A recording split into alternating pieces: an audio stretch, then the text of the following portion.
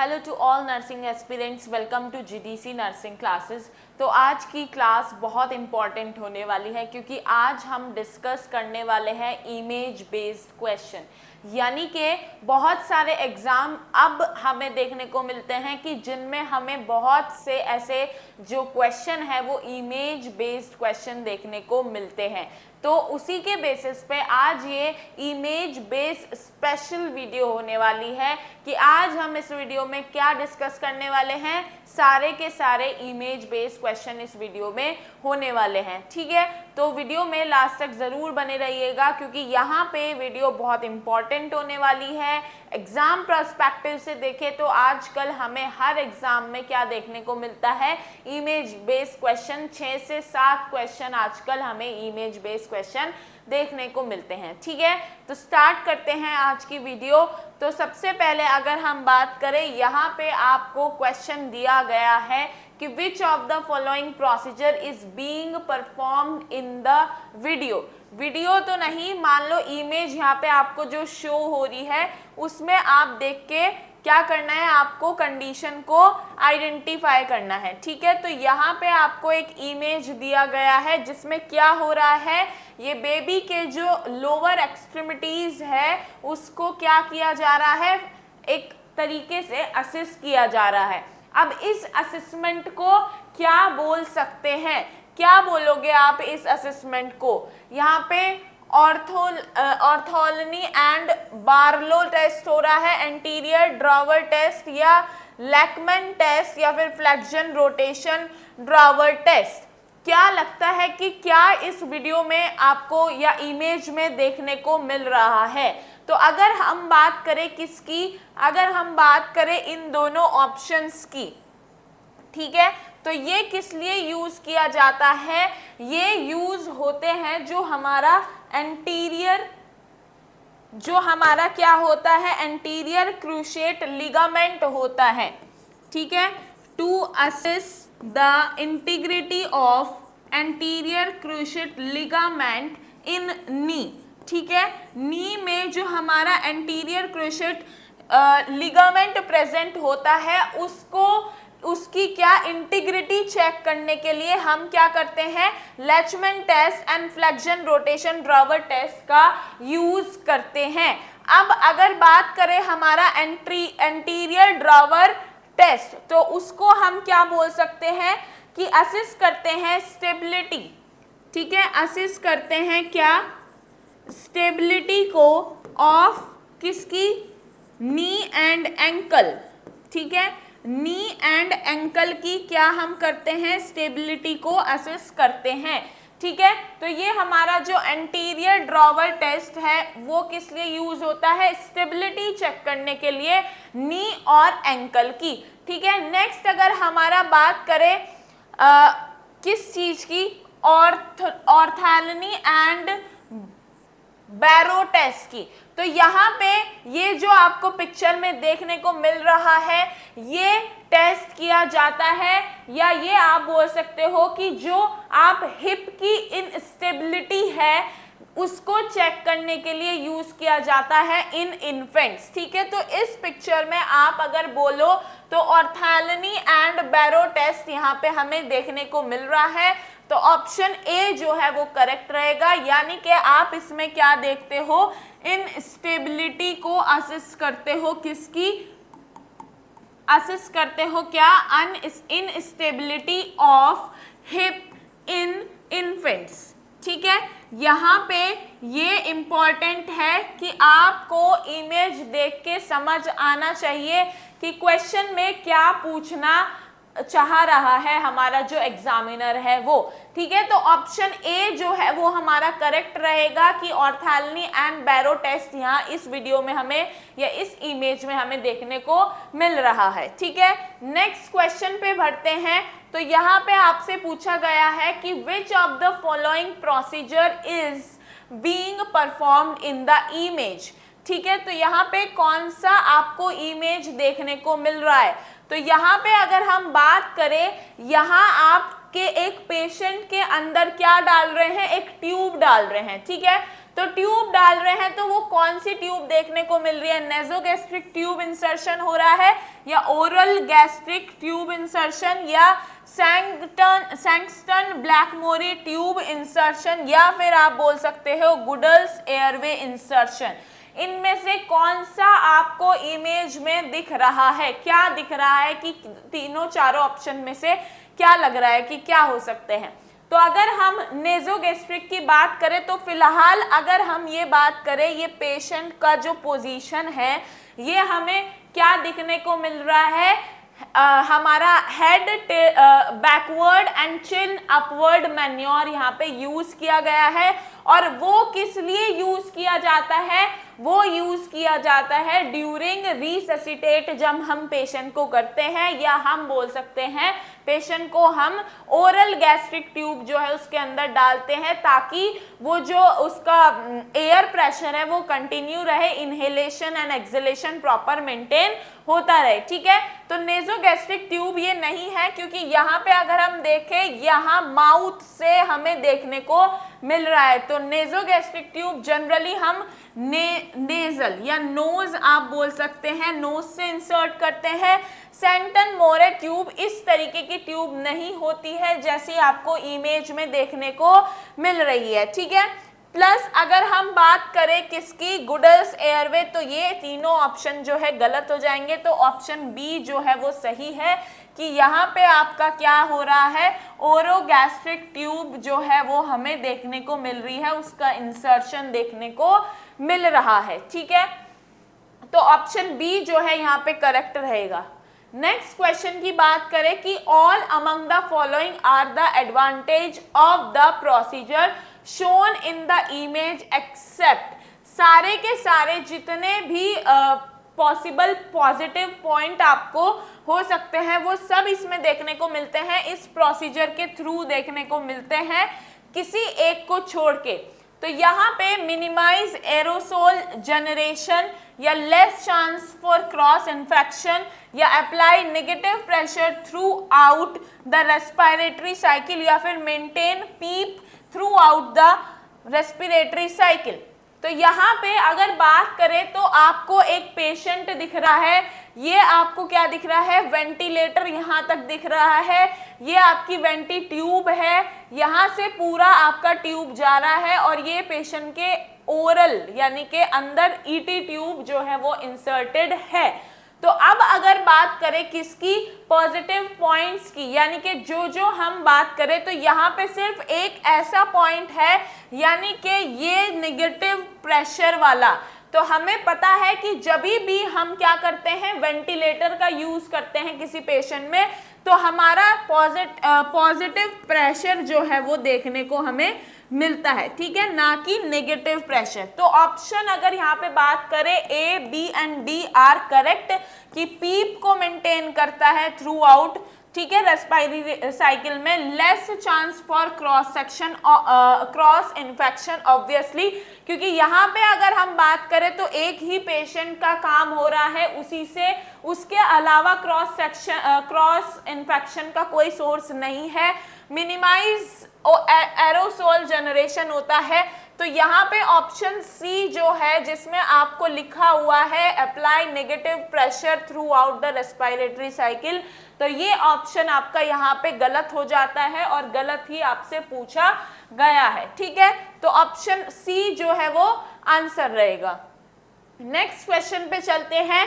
The specimen collection shown in the image is, तो specimen क्या यहाँ पे कलेक्ट कर रहे हो, RTPCR rapid antigen test for Covid, ठीक है, या फिर आप बोल सकते हो sputum culture and sensitivity test या बोथ ए एंड बी। तो यहाँ पे आप देख रहे हो कि एक पेशेंट है जिसका क्या हो रहा है, नेजल से सैंपल कलेक्ट किया जा रहा है, यानी कि नोज से सैंपल कलेक्ट किया जा रहा है। बहुत कॉमन होता है कौन सी, अभी जब हमारा कोविड-19 देखने को मिला था तो कोविड के टाइम पे सारे जो हमारे 2 सैंपल्स जो है वो कलेक्ट होते थे, एक हमारा क्या होता था, माउथ से होता है और एक हमारा नेजल से होता है। तो जो हमारा नेजल से होता है उसको क्या बोलते हैं, आरटीपीसीआर, और एक हमारा होता है माउथ से, उसको हम रैपिड एंटीजन भी बोल सकते हैं। ठीक है, तो यहाँ पे इंपॉर्टेंट ये है कि आपको इमेज में क्या दिख रहा है, कौन सा टेस्ट यहाँ देखने को मिल रहा है। तो अगर बात करें यहाँ पे क्या rapid antigen test for Covid, ये सही है और RT-PCR हो रहा है। Sputum culture and sensitivity test हमारा गलत हो गया है, तो ऑप्शन डी जो है वो हमारा करेक्ट रहेगा, यानी कि जो हमारा इमेज में देखने को मिल रहा है वो हमें ऑप्शन डी की तरफ लेके जाता है। नेक्स्ट क्वेश्चन की बात करते हैं, the procedure being performed in the video, या आप इमेज इसको बोल सकते हो कि इमेज देख के आपको कौन सा प्रोसीजर यहाँ देखने को मिल रहा है। तो यहाँ पे अगर बात करें हम, नोज पे क्या है, सॉफ्ट क्लिप अप्लाई की गई है, और इसको देख के आपको समझ जाना चाहिए कि यहाँ पल्मोनरी फंक्शन टेस्ट हो रहा है, इनसेंसिटिव स्पायरोमेट्री हो रहा है, या अल्कोहल ब्रीथ टेस्ट, या यूरिया ब्रीथ टेस्ट। इनमें से कौन सा ऑप्शन आपको सही लग रहा है कि हाँ ये इमेज देख के हमें ये समझ आ रहा है। तो अगर बात करें यूरिया ब्रीथ टेस्ट की, तो ये यहाँ पे आपका ऑप्शन गलत हो जाता है।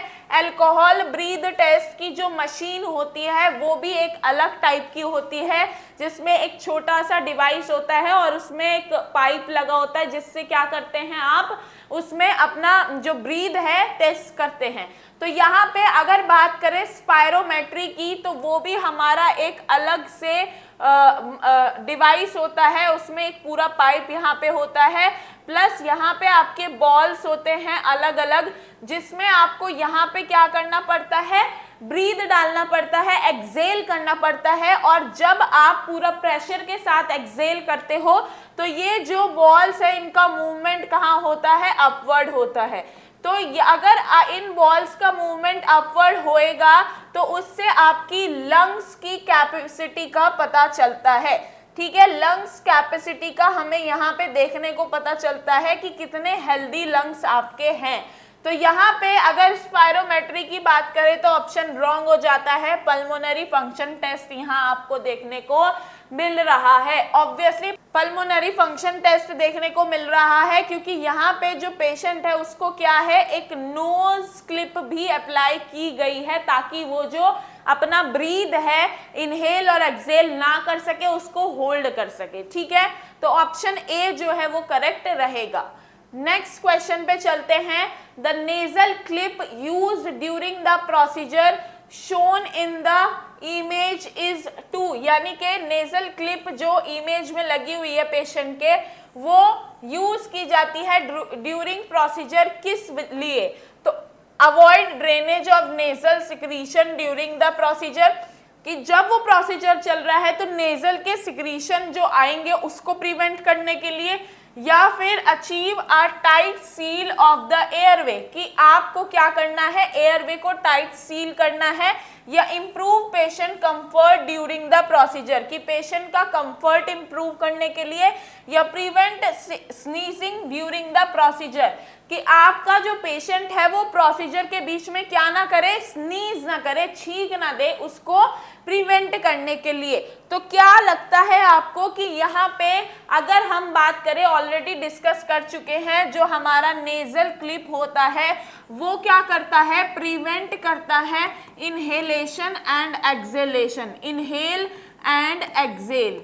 ठीक है, जिसके वजह से क्या होता है, जिसके वजह से हमें देखने को मिलता है जो ब्रीथ है वो पेशेंट को होल्ड करनी होती है। ठीक है, और ये किस में देखने को मिलता है, पल्मोनरी फंक्शन टेस्ट में, PFT में हमें देखने को मिलता है।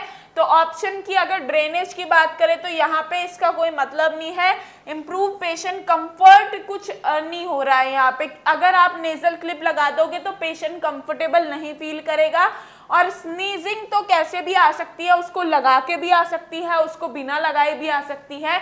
तो एज सच स्नीजिंग प्रिवेंट करने का यहाँ पे कोई मतलब नहीं है। तो यहाँ पे अचीव टाइट सील एयरवे आपका करेक्ट ऑप्शन रहने वाला है। ठीक है, तो ऑप्शन बी जो है वो हमारा करेक्ट रहेगा। नेक्स्ट क्वेश्चन पे चलते हैं, the device shown in the video या इमेज इज, एक डिवाइस दी गई है, उसका नाम आपको बताना है। Jet nebuliser, mask nebuliser, ultrasonic nebuliser या स्टीम इनहेलेशन डिवाइस।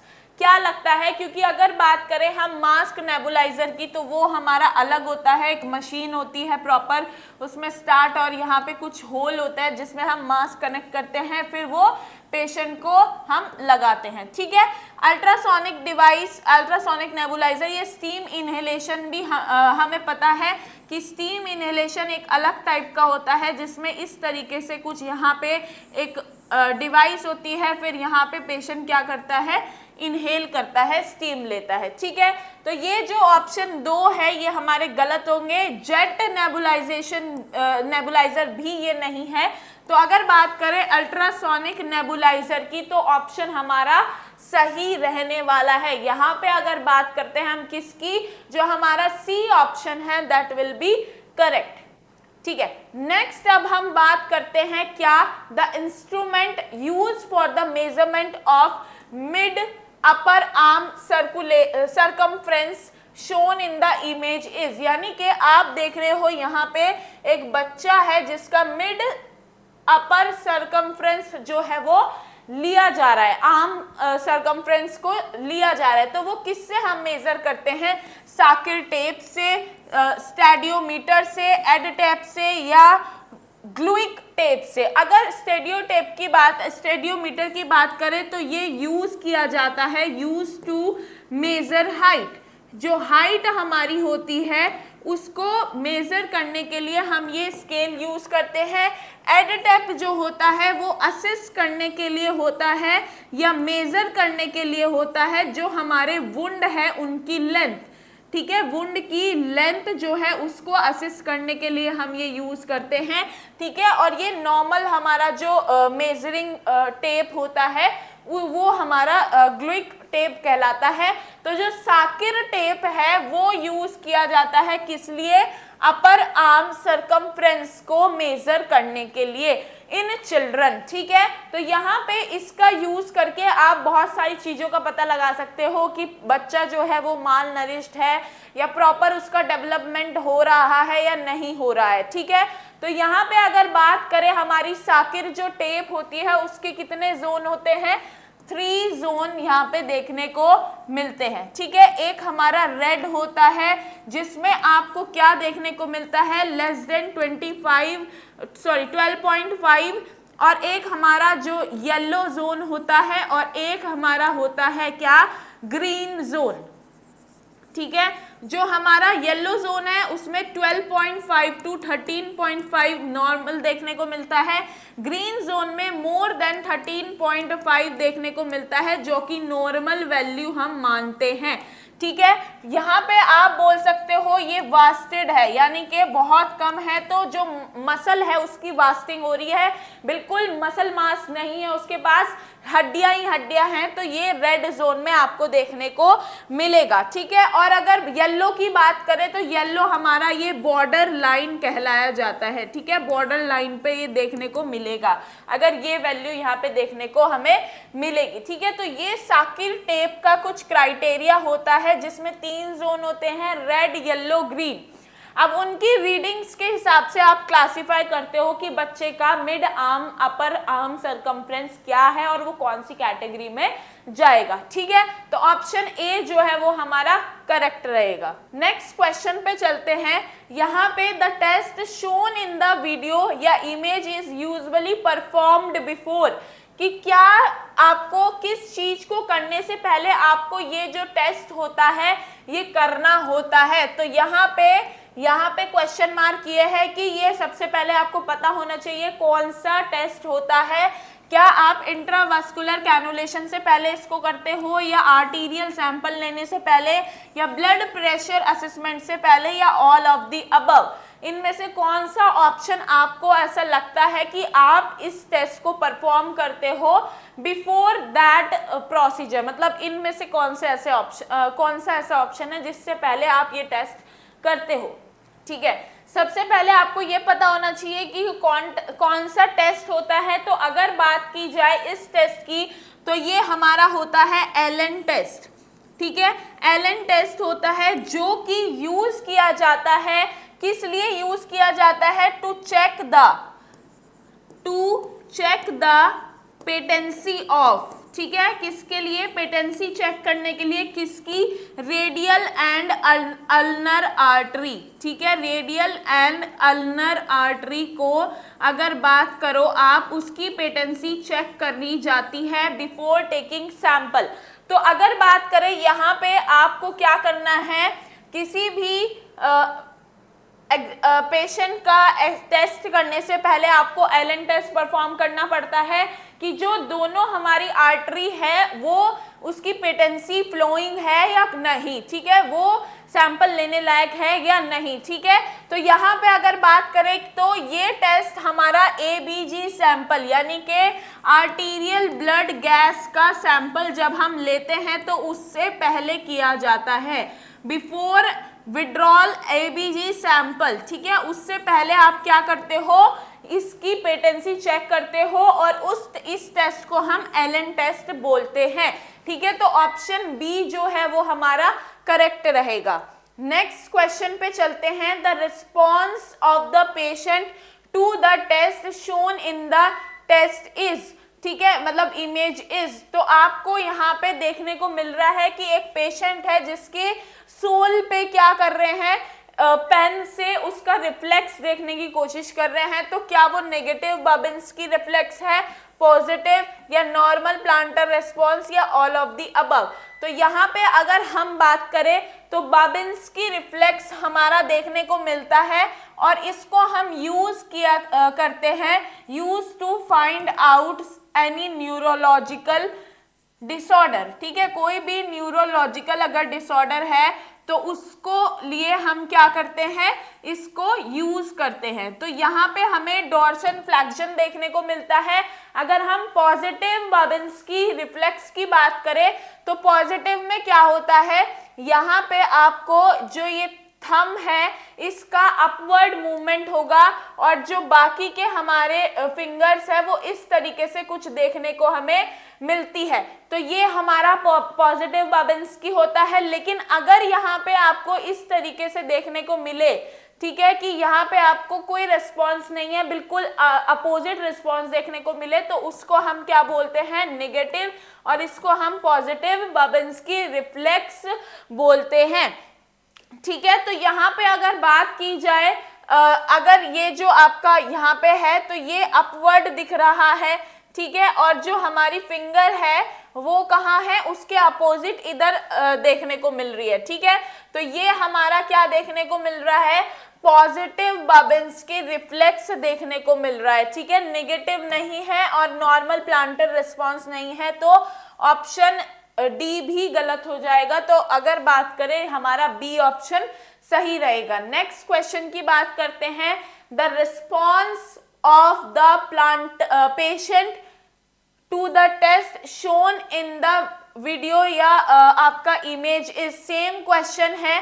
तो यहाँ पे अगर बात की जाए किसकी, हमारा 11th क्वेश्चन की, तो ये आपका क्या देखने को मिल रहा है, ये बिल्कुल अपोजिट देखने को मिल रहा है। तो ये हमारा शो करता है नेगेटिव बाबिन्स्की रिफ्लेक्स, ठीक है। तो ये ऑप्शन बाकी के हमारे रॉन्ग हो जाएंगे। नेक्स्ट क्वेश्चन पे चलते हैं कि यहाँ पे अगर बात करें bubbling shown in the chest tube, drainage system indicate, जब आपके किसी पेशेंट को चेस्ट ट्यूब लगती है ड्रेनेज के लिए तो वहां पे अगर बबलिंग शो हो रही है तो वो क्या इंडिकेट करती है, normal functioning of the system, leakage somewhere in the system, या किंकिंग ऑफ द चेस्ट ट्यूब, या फिर नन ऑफ द अबव। तो यहाँ पे देखो तो यहाँ पे बबलिंग देखने को मिल रही है अगर हमें, तो वो क्या इंडिकेट करता है। तो अगर बात करें इंडिकेशन की तो ये हमारा जो अगर बबल देखने को मिलते हैं ड्रेनेज सिस्टम में तो वो शो करती है leakage somewhere in the system, ठीक है। तो चेस्ट ट्यूब जो है उसका असेसमेंट करना जरूरी है कि आपको अगर बात करें क्या कि चेस्ट ट्यूब डली है ड्रेनेज के लिए, तो बबल कब आना है कब नहीं आना है, ड्रेनेज के लिए डली है, एयर के लिए नहीं डली है, तो यहाँ पे आपका जो बबल है वो इंडिकेट करेंगे कि कहीं ना कहीं जो ट्यूब है वो क्या हो गई है, लीक हो गई है। ठीक है, नेक्स्ट क्वेश्चन पे चलते हैं कि oscillation shown in the chest tube drainage system is an indication. ये जो ऑसिलेशन हो रहा है आपकी चेस्ट ट्यूब में वो क्या हो रहा है, इंडिकेट करता है क्या, normal function of the tube या सिस्टम या लीकेज समवेयर या किंकिंग ऑफ द चेस्ट या नन ऑफ द अबव। तो क्या लगता है कि जब ऑसिलेशन हमें देखने को मिले तो वो always and always normal finding होती है या नॉर्मल फंक्शनिंग हमें सिस्टम की देखने को मिलती है, बाकी के ऑप्शन जो है वो रॉन्ग हो जाएंगे। ठीक है, नेक्स्ट क्वेश्चन पे चलते हैं। तो यहाँ पे एक मैन्योवर यूज हो रहा है इमेज में, तो इस मैन्योर को आप क्या बोलेंगे और क्या हो सकता है इस प्रोसीजर का नाम, abdomen thrust manure, Heimlich manure या चेस्ट कंप्रेशन या बोथ ए एंड बी। तो यहाँ पे अगर हम बात करें किसकी, हेमलिच मैन्योर की, तो वो यहाँ पे किया जा रहा है, क्यों किया जा रहा है, both A and B, abdomen thrust भी आप बोल सकते हो इसको। ठीक है, यानी कि ये जो हमारा एब्डोमेन थ्रस्ट है is also known as Heimlich manoeuvre. Chest compression हमारा ड्यूरिंग कार्डियक अरेस्ट या रिससिटेट हम जब पेशेंट को करते हैं तब करते हैं, और ये यूज किया जाता है जब टू क्लियर अपर एयरवे। ठीक है, अगर मान लो क्या हो गया है, किसी के अपर एयरवे में कुछ ऑब्स्ट्रक्शन देखने को मिल गया, तो हम हेमलिच मैन्योर यूज करते हैं और उसका जो अपर एयरवे है उसको क्लीन करते हैं इस मैन्योर से।